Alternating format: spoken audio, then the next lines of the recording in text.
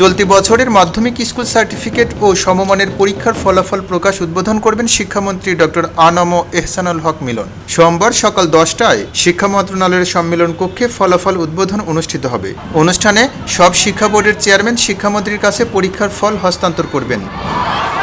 সংশ্লিষ্ট শিক্ষা বোর্ডের ওয়েবসাইটে নিজ নিজ বোর্ডের ফল পাওয়া যাবে। পরীক্ষার্থীরা নিজ নিজ শিক্ষা প্রতিষ্ঠান থেকেও ফল সংগ্রহ করতে পারবেন।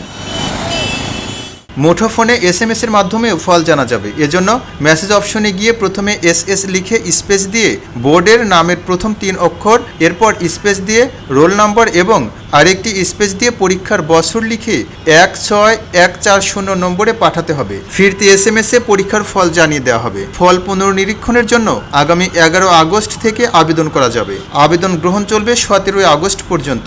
বাংলাদেশ আন্তঃশিক্ষা বোর্ড সমন্বয় কমিটির শনিবারের বিজ্ঞপ্তিতে এ তথ্য জানানো হয়। ফল প্রকাশের পর 11 থেকে 17 আগস্ট পর্যন্ত অনলাইনে পুনর্নিরীক্ষার আবেদন নেওয়া হবে। আবেদন প্রক্রিয়া ও সংশ্লিষ্ট নির্দেশনা শিক্ষা বোর্ডগুলোর ওয়েবসাইটে প্রকাশিত বিজ্ঞপ্তির মাধ্যমে জানা যাবে। খবরের কাগজ, নিখাদ, নির্ভীক, নিরপেক্ষ।